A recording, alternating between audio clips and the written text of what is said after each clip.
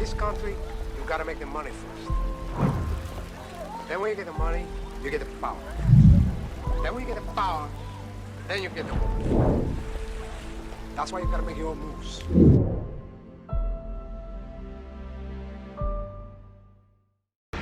Shout out YouTube, it's your boy Sock, checking in with another prison story with Sock, man. I want to give a shout out to all the fan base that's been, following me on YouTube, that's been watching my videos, subscribing, liking, and commenting, man. Mean the world to me, you feel me? Much love, it's your boy Sock. And also, if you're new to my channel, just give me 2 minutes of your time, baby. If you don't like 2 minutes of your time, change the channel, you feel me?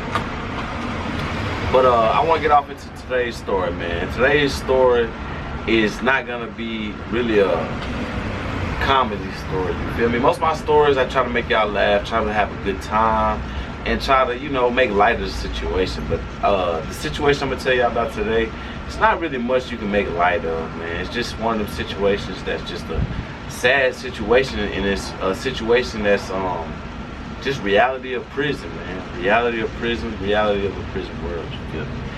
So boom, let's jump it off like this, man. So it's 2014, man. I'm 4 years in my stint, and there's a kid named DJ that pull up to the unit. The kid's probably like 21, man, 20 or something like that, man. DJ was just not pulling up off a transfer, and DJ was about 192 pounds, skinny kid. Still young, about 19, 20 at the time, and was going through life problems. He'd never been to prison. He never been about that life, and basically he was just going through the motions at the time. So DJ pull up, man, and DJ off the muscle, they try to hard check DJ. DJ say, man, I'm not fighting, I'm not doing no hard checks. I just want to do one thing, man. I don't want to fight nobody. My time, hard check, and go home. So that hard check, man, that's really the hard check. When you pull up on the unit, that's really to test your heart, you feel me?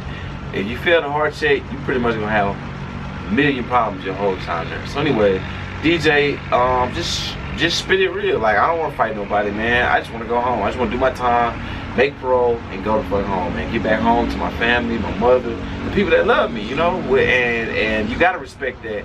If you just a normal human being in prison, you gotta respect that. But his cellie, Hot Boy, had a reputation. He was known for, different shit, bullying and shit. And so Hot Boy pushed the issue. He's like, oh man, you don't want a heart check. Ooh, if you don't want a heart check, you're gonna have to get up out of here. He ended up, they ended up assigning DJ to Hot Boy's cell. So basically Hot Boy and DJ is gonna be two cellies.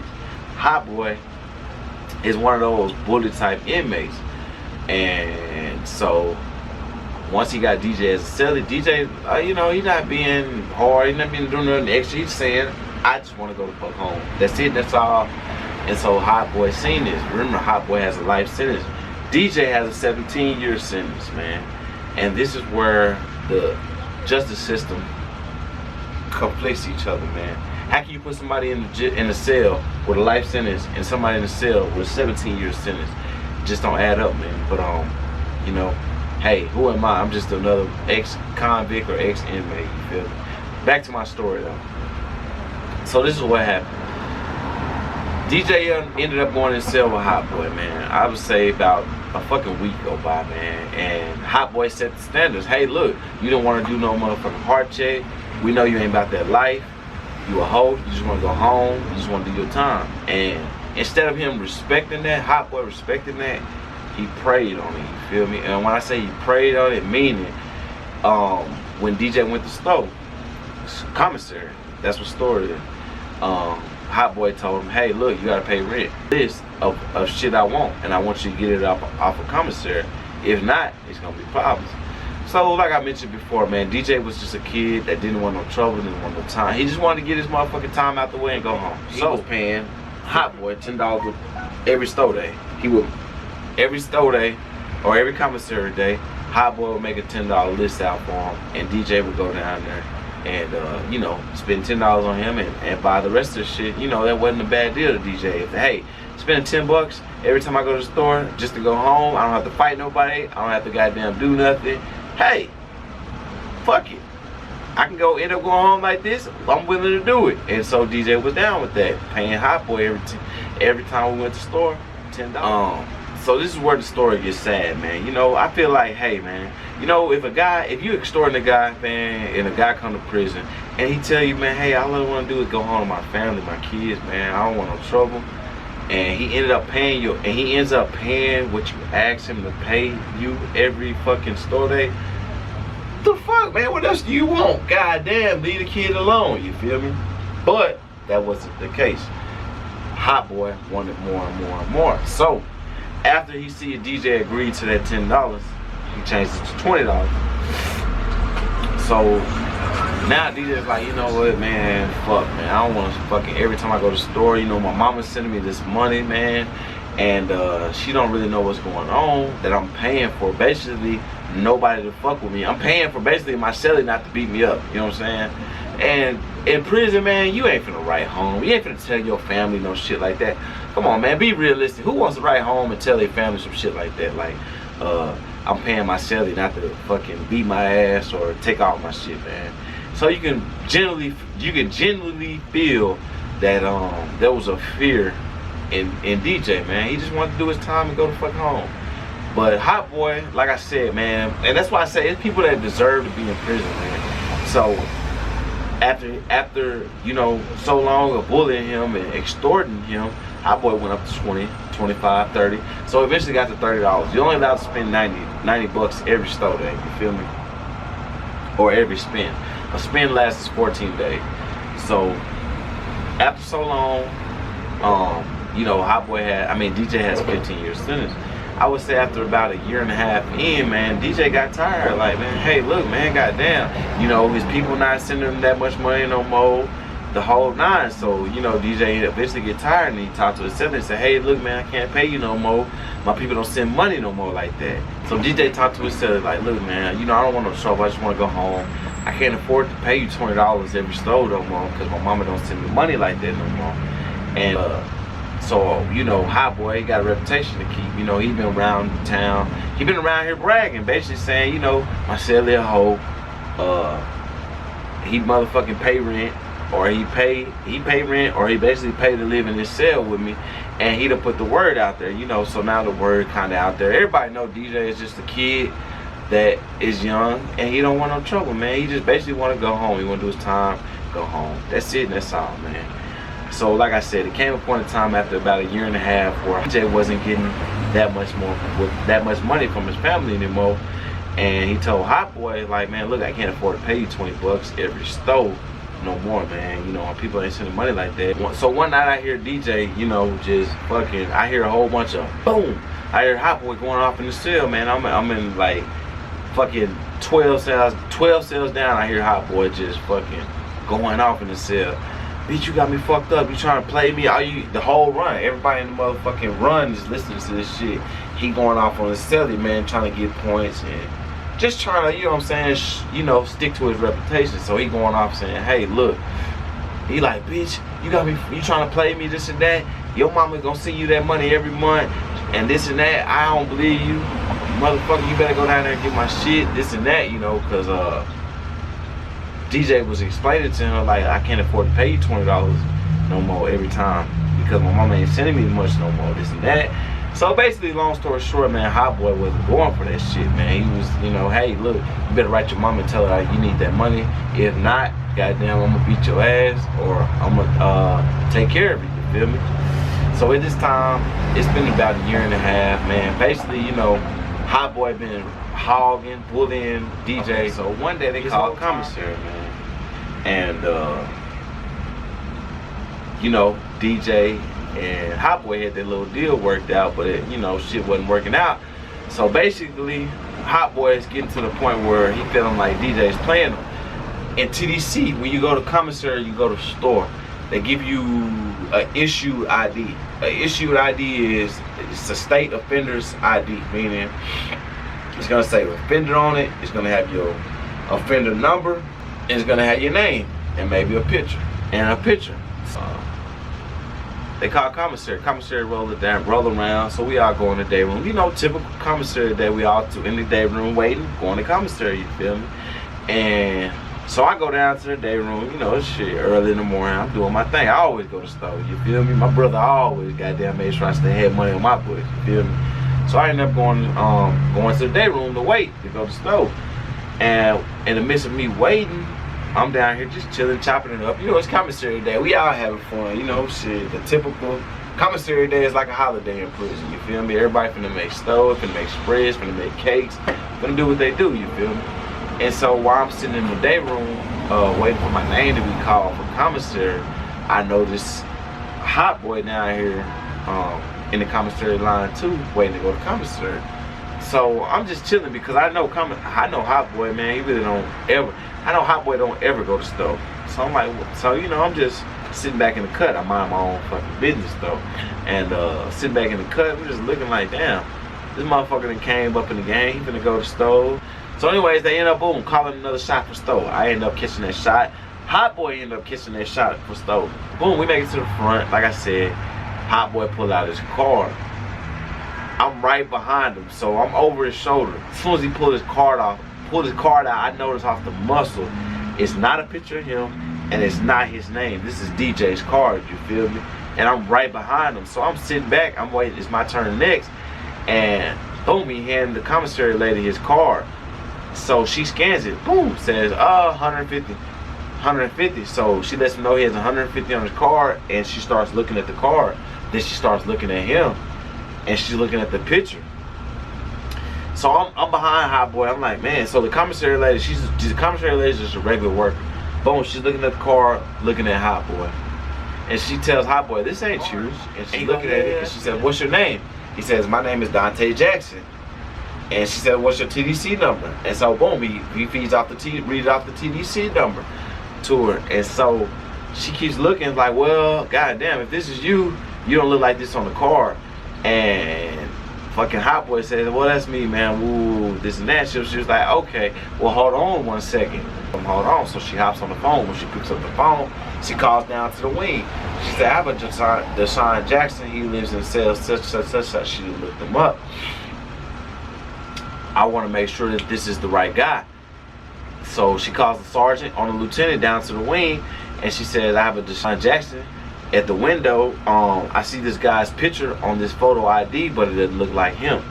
It looks like another inmate. So the sergeant walks down there, who, you know, this happens commonly. So the sergeant walks down there, grabs the ID, looks at the ID, looks at hot boy, looks at the ID, looks at hot boy and says, this ain't you. Where'd you get this ID from? So now you can see the fucking shock and the motherfucking scare all over hot boy face. He's like, shit, this is my ID, this is me. So the sergeant not buying the shit. They end up cuffing him, handcuffing him, detaining him right there. Yes, you can't get handcuffed in prison. So the sergeant goes, takes the ID, goes, looks it up, and sees Dante Jackson is in cell 417 bottom. That's the same cell that fucking hot boy lives in. So he's like, oh, okay, maybe this is the guy. So they walk down. He's like, okay, cool, that is you. I'm gonna walk down there. So boom, they walk in. You know, they chopping it up. The sergeant just be like, oh, okay, boom, I see you still living. That's the same cell. So this probably is you. Let me just talk to your cellie. A fucking hot boy say, man, nah, my cellie at school, this and that. My cellie at school, my cellie at school. And the sergeant goes, school was canceled today. There ain't no fucking school. What do you mean he's at school? And he was like, oh, well, he's at work right now. And the sergeant was like, well, if he's at work, we'll contact him, we'll find out where he's at. Anyway, so they take a walk down there to their cell. Every cell is 2 minute cell.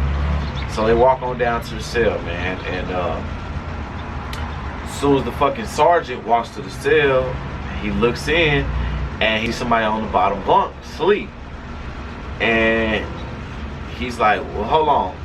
And he sees somebody on the bottom bunk asleep in that cell, 417 bottom. So the sergeant's looking, and he's looking on the roster, and he's like, hold on, you live in 417 bottom. Why is somebody on? And so hot boy looks down and says, oh, no, that's my cellie, man. I let him sleep on my bunk sometimes. I let him sleep on the bottom bunk sometimes because he be coming in real tired from work. I didn't know he came in from work already.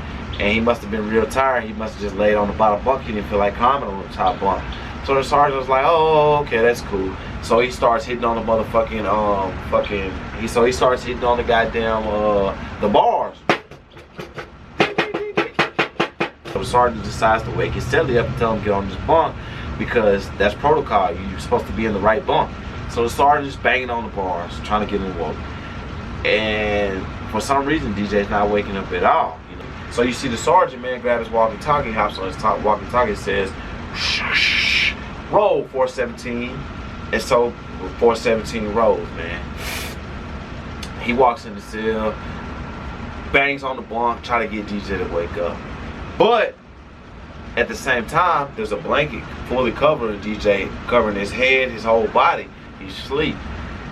So the sergeant, you know, they're not supposed to touch you. That's a rule in prison. They're not supposed to touch you to wake you up unless they have to. So he bangs on the bunk first. Boom, boom, boom, boom, boom. Bangs, makes all kind of noise, and DJ's not waking up. So, boom, next thing back and tries to shake him, wake him up. Wake him up. Hey, wake up, wake up, wake up. And DJ won't move. So the sergeant grabs the blanket, pulls it back, blanket back. As soon as he pulled the blanket back, all he seen was a stiff, cold body. He has basically a rope around his neck, a rope around his body, a rope around his feet, a rope around his motherfucking, basically tied to the bunk. That's what the sergeant seen when he pulled the sheets back. So the sergeant off the rip goes to fucking ways, you know, in a panic mode, and he pushes the panic button on the walkie-talkie, which is sending a bunch of guards down there, and he goes to instant trying to wake this guy up. So he's shaking this guy, but he can tell this guy's out of there, man. So he's shaking DJ, and he's saying, hey, wake up, wake up, wake up. And he can tell, man, you know, DJ is not responding. He's stiff, he's cold. Pretty much you can tell DJ is dead, man. And it's like, it's sad. It's sad because, man, this dude died for no reason, man. It's sad. So the sergeant's freaking out now. He calls back up down there. So he turned around, automatically fucking restrains Hot Boy, put the handcuffs on. He's looking dumb as hell. Hot Boy's looking like, oh shit, I don't know what's going on. So the fucking sergeants ask him, why is your cellie dead in here? Why is he dead or on? So they find DJ dead in the cell. They lock his cellie up. Remember, his cellie already has a life sentence, man. They lock his cellie up, do an investigation. Investigation revealed that Hot Boy ended up killing him to steal his offender card, to use his card at commissary to go to store. He never got to use the card. That's how he ended up getting caught. But I just wanted to shed light on how prison is, man, the brutality of prison, how the reality of prison. That's all. I just wanted to tell this story and share this story about DJ, man. DJ was 20 years old, and you know, a loving kid. He just made a mistake in his life, and he's just a kid. They ended up in a cell with somebody, a hardcore criminal, man. Somebody that deserved to be in prison, somebody that needed to be in prison, and it was just, you know, the wrong circumstances, wrong situation, because any other circumstance or situation, he wouldn't be dead to this day. And DJ ended up dying to a ruthless, cold-blooded inmate, you feel me? And he was 21 at the time he passed, man. His mother came down there, she was sick, man. Well, I'm saying, his mother came, and you know, she raised hell. She raised hell, you know. DJ wasn't a kid that deserved to be in prison, that deserved to be in jail. He was just a kid that made a mistake, and he wasn't built for that type of reality, you feel me? I wanted to share that story though, because it is a very sad story. Just, you know, how the justice system will put you with a guy that has a life sentence, man, in the same cell. And you know, hey man, only the strong survive. That's how they look at it, you feel me? And it ended up costing DJ his life. Behind commissary, man. Saddest story I ever heard, saddest story I ever seen, you know. The kid was 20 years old. Basically got killed for nothing, man. You know, got killed for trying to go home. He was paying the guy. The guy ended up eventually demanding more. DJ paid that too, and it got to a point to where, you know, he got tired of paying, so he tried to lie to Hot Boy. And it's like, you know, my mama ain't sending me that much money no more. I can't make stove, and that was his only way out. You feel me? Instead of saying, hey, I'm not paying you anymore, you're not getting any more of my money, he basically made up a story. It's like, hey, my people don't send money anymore. I can't continue to pay you no more to fucking live in this cell. And DJ and fucking Hot Boy took it as him trying to bold up, or him trying to, what they call that shit? They call that shit as like him trying to motherfucking stand up. So Hot Boy took that as him trying to stand up or buck, and ended up killing this man behind a fucking $95 stove, man. Ruthless and just heartless, man. Some heart. That's what you call heartless, honestly. And I just wanted to shed light, man. You do have heartless people down there in prison. You feel me? And you do have people that's very much well deserved that need to be down there for the rest of their life. You feel me? Then you have a lot of people down there that just made a mistake, man. And I wouldn't say they deserve to be down there, but if they are down there, they deserve to be down there to serve their time and come home. That's it, not to be forgotten about. You feel me? R.I.P. to the kid DJ. You know, he came in with any regular normal person's mindset. I want to go home, and ended up being killed behind his family sending him money and him not being able to continue to pay a bully, man. So with that said, I just want to shed light and just, you know, hey man, every story you hear from prison is not fun and games, man. Prison is a very dangerous, serious place of business, you feel me, if you ever have a bid to serve out. But anyway, I just wanted to tell DJ stories, man. DJ story. Like I said, DJ ended up getting killed. They ended up releasing his body to his family, so they got a proper burial. They ended up charging Hot Boy with another murder, and from my understanding, they gave him life for killing DJ. He got a life sentence, which basically means he got life on top of life, or a life, you know, fuck it, life ran concurrent, meaning fucking regardless, you still have the same sentence. You have another life sentence for killing another human being, but except this time you just killed somebody that was in prison with you, and since you killed somebody that was already in trouble with the law too, it doesn't matter. We'll just give you another life sentence, you feel me? You already got life, we'll just give you another life sentence, and we know it doesn't matter, but just to say we did something, you got another life sentence. And with that said, man, you know, hey, that's just the way shit is in prison. DJ was killed for nothing, man. DJ was killed for nothing, basically for trying to come home, you know. And that's why I tell the stories I tell, man. You know, it's like you can't come in prison with the simple mentality of, you can't come in prison with a normal mentality, meaning, okay, boom, they gave me this much time, I just want to go home.